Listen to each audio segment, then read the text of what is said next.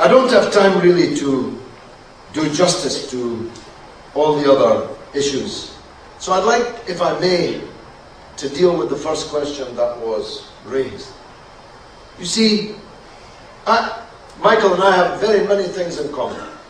And one of them is a love of the city of Nablus in Palestine. He moved mountains to get 18 people in Preston to support my city of Dundee with Nablus. 27 years ago, I had the advantage of being in command of the majority of the council that Michael did not have.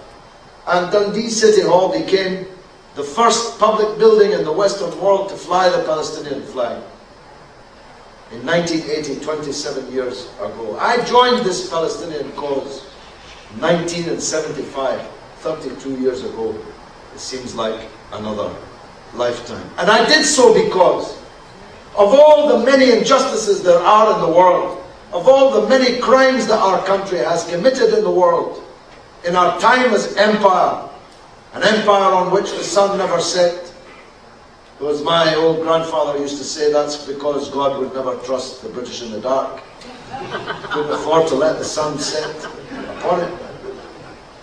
Palestine was the one that stood out most for me, because it was the only one in which we, our country, promised somebody else's country. And that led, you know, we hear a lot of talk about Iran wiping people off the face of the earth, off the map. There's only one country being wiped off the map, and it's Palestine. Go and check your atlas and see.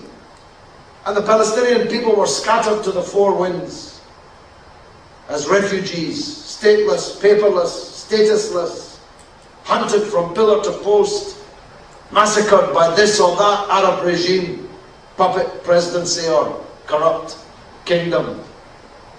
But to add insult to that very considerable injury, the Palestinian people were called the terrorists. And the people who actually were the terrorists were called the victims of terrorism. It was such an Orwellian reversal of the truth that it burned in my breast as a rage which has never dimmed. Now the terrorist state of Israel, which has broken more international laws than all other countries in the world put together, which has broken more United Nations Security Council resolutions than anybody else, which has, by the way, hundreds of nuclear weapons, which it acquired illegally with British and American help.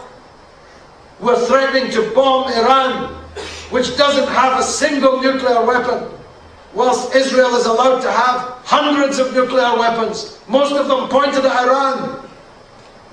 The injustice of this is so outrageous.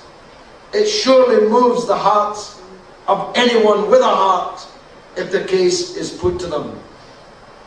You know, Israel has never been sanctioned, never been attacked, never been threatened with war by Britain or America. The only sanction, I say, Israel's ever had to face is to be forced to participate in the Eurovision Song Contest every year. It's punishment, I know, but it hardly fits the crime. So I agree with the first question. Palestine must be the first banner in our international platform. Not just because of the scale of the injustice, but because of the absolute authorship of that injustice of our own country here in Britain, in the building in which I have sat for nearly 21 years. This deed was done. This crime was committed. Everybody should be boycotting Israeli products. Not just because Israel is a rogue state, but because they're probably not Israeli products at all. They're probably grown on stolen land, using stolen water, stolen from the Palestinian people themselves. I had the ignominious, I say this to the Muslims here, the ignominious fate during Ramadan to be going around Muslim-owned shops, pointing out to them that they were selling dates from Israel to the faithful people to break their fast, dates which had Palestinian blood on them. So we must start with the Muslim shopkeepers, and the rest of the shops must be picketed. People must organize behind the Palestinian Solidarity banner to do positive things for the Palestinians, like twinning. You don't have to be in command of a local authority to twin. Your school can twin with a Palestinian school, your hospital, your union, your church, your mosque. Believe me, a little from here goes a long way.